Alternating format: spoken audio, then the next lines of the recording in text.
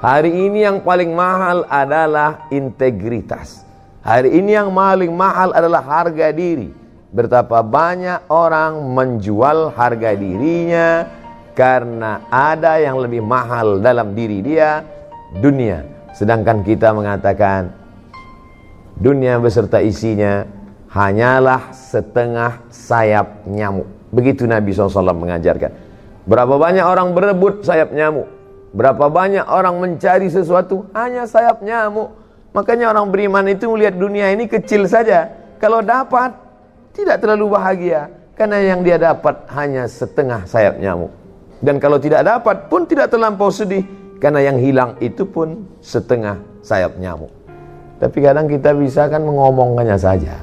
Ketika sampai kita alami, ternyata setengah sayap nyamuk itu sebesar setengah sayap Boeing bagi kita. Setengah sayap nyamuk, itulah digambarkan Nabi SAW. Dalam perumpamaan lain Nabi mengatakan, celupkan ujung jarimu ke tengah samudera, falyanzur bima yarji, angkat pandang apa yang melekat di ujung jari. Apa yang menempel di ujung jarimu, itulah dunia. Setetes, dua tetes. Apa yang tinggal, itulah akhirat beserta isinya. Jadi kalau ada orang terlampau mengejar dunia, maka dia hanya mengejar setetes. Kalau terlampau bahagia, bangga, sombong pada yang setetes. Tapi kalau dia sanggup mengatakan itu, aku tidak apa-apa, karena yang dapat itu juga setetes. Andai tidak dapat pun tidak terlampau sedih, karena yang hilang pun juga setetes. Tapi saya tidak ingin setelah kajian ini lalu semuanya meninggalkan dunia. Rapat pegawai KPK, gimana visi misi kita ke depan? Mohon maaf Bapak pimpinan, ini hanya status ini semua. Bukan itu yang saya maksud. Bagaimana mengecilkan dunia sehingga yang besar hanya Allah. Bagaimana melihat manusia ini semuanya kecil, jabatan, kekuasaan, harta benda, yang besar adalah Allah. Di sini kita membesarkan Allah, di sini kita mengagungkan Allah. Yang kita angkat kedua tangan sambil berkata, semuanya kecil, hanya Engkau saja yang besar. Allahu Akbar.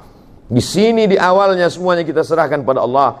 Inna salati wa nusuki wa mahyaya wa mamati lillah. Sebelum salam itu kita ulang sekali lagi, 4 kita serahkan pada Allah.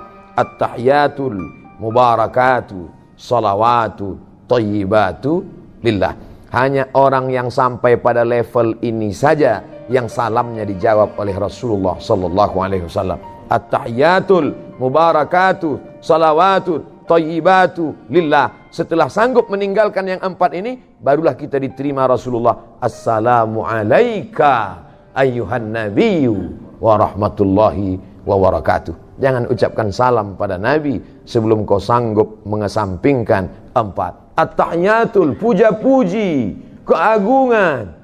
Ustaz enak aja ngomong gitu. Ustaz kan gak punya kemuliaan, gak punya status sosial tinggi, gak punya jabatan. Oke, kalau gitu ke diri pribadi, follower, viewer. At-tahiyatul mubarakatul, segala keberkahan. Salawatul, segala doa-doa. Thayyibatul, semua kebaikan, kemuliaan. Bukan punya kita, lillah, punya Allah subhanahu wa ta'ala. Tapi bicara begitu kan menggerakkan lidah. Apa susahnya? Actionnya bagaimana? Maka ada orang-orang yang menurut sebagian kita luar biasa. Menurut sebagian kita apa yang dia lakukan ini luar biasa. Tapi bagi dia di hadapan Allah itu hanya biasa-biasa saja. Kadang kita tidak bisa merasakan